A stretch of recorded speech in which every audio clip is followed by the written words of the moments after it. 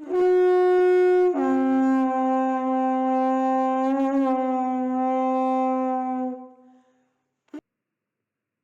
the last 3 episodes of my Treaty of Waitangi videos, I discussed the parties to the treaty, what was meant by sovereignty, and what residual native rights were reserved by the Crown.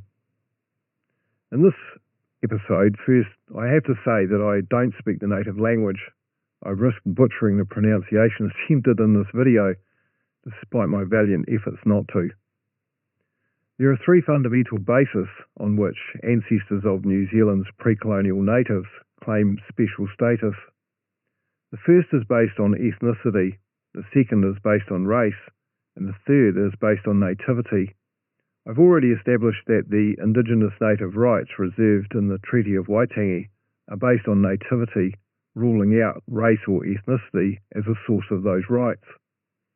In this 4th episode, I argue that the descendants of the native chiefs have transcended their group identity as indigenous natives and transformed themselves into a recognised ethnicity.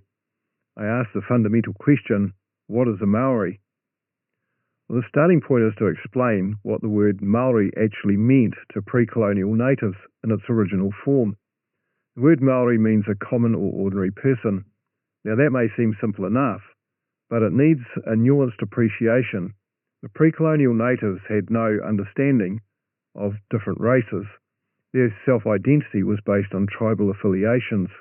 Originally, the word Maori distinguished between a person who exists in the here and now and a person who exists in the spirit world.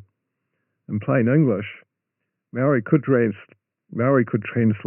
to a living person as opposed to a dead person, which is a tapuna or wairua.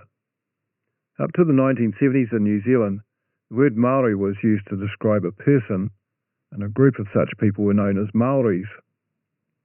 But during the 1970s, there was a shift, and the word started to be used to describe an entity. By way of comparison, the New Zealand police did the same thing around the same time. They stopped talking about themselves as people and started pitching themselves as a corporate entity. So once we would hear the police are attending the incident, this changed to become police is attending the incident. This linguistic tactic invents firewall entities for individuals to hide behind for various reasons, to avoid personal accountability in the case of the police, and to hide the money trail in the case of grifting. It's now common to hear the word Maori used in the same way. We even hear the word Maoridom from time to time, which implies there is a separate Maori dominion. This ethnic collectivism has allowed socialist Labour governments to provide victimhood funding without having to explain where the grift is being spent. It's much easier to say that an entity received funding than saying people received funding and face the obvious question, which people? Grift funding is usually channeled through tribal trusts, and only a few elite Maoris actually benefit from the grift.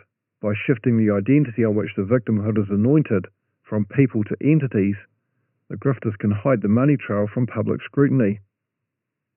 We've had 6 years of Labour government paying grift to Maoridom, and Wairumu down the road from me still can't afford a warrant of fitness for his 1990 Toyota Corolla. The grift of funding aimed at a collective Maori entity ignores the historical reality that the natives of New Zealand were tribal, and their tribes operated independently of each other.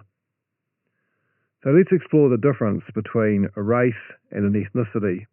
Race is determined by scientific evaluation of genetics. It can be determined from ancestors if a person's ancestry is known.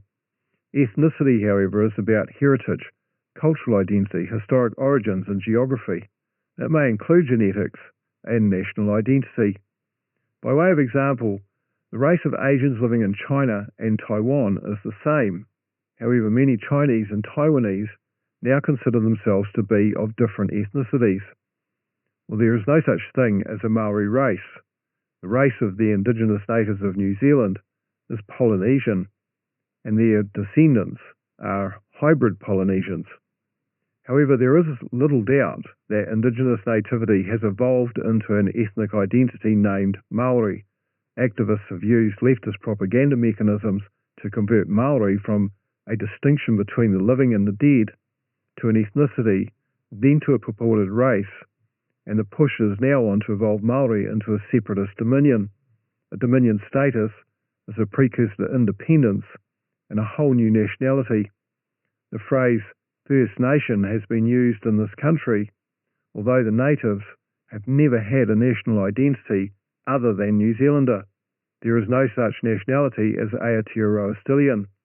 The primary driver of the new Maori Dominion is the Maori political party and the likes of deluded racists like Rarui Waiatiti. Waiatiti thinks that it's a known fact that Maori genetic makeup is stronger than others. Waiatiti has neither particularised nor provided evidence to back his claim that Hitler was wrong about the Nazis, and it is instead the indigenous natives of New Zealand that are the master race to rule the world. So let's return to the descendants of pre-colonial natives. We can identify these people as being alive easily enough, but what of their ethnicity, race and corporate identity? Well, according to the law, under the Treaty of Waitangi Act, Maori people simply do not exist.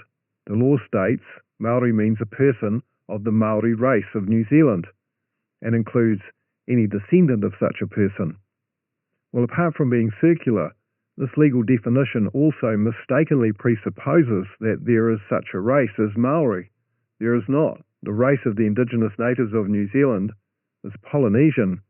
As Prendergast C.J. said in the famous 1887 case of Wiparata, a turn of phrase in an enactment cannot bring into being that which does not exist.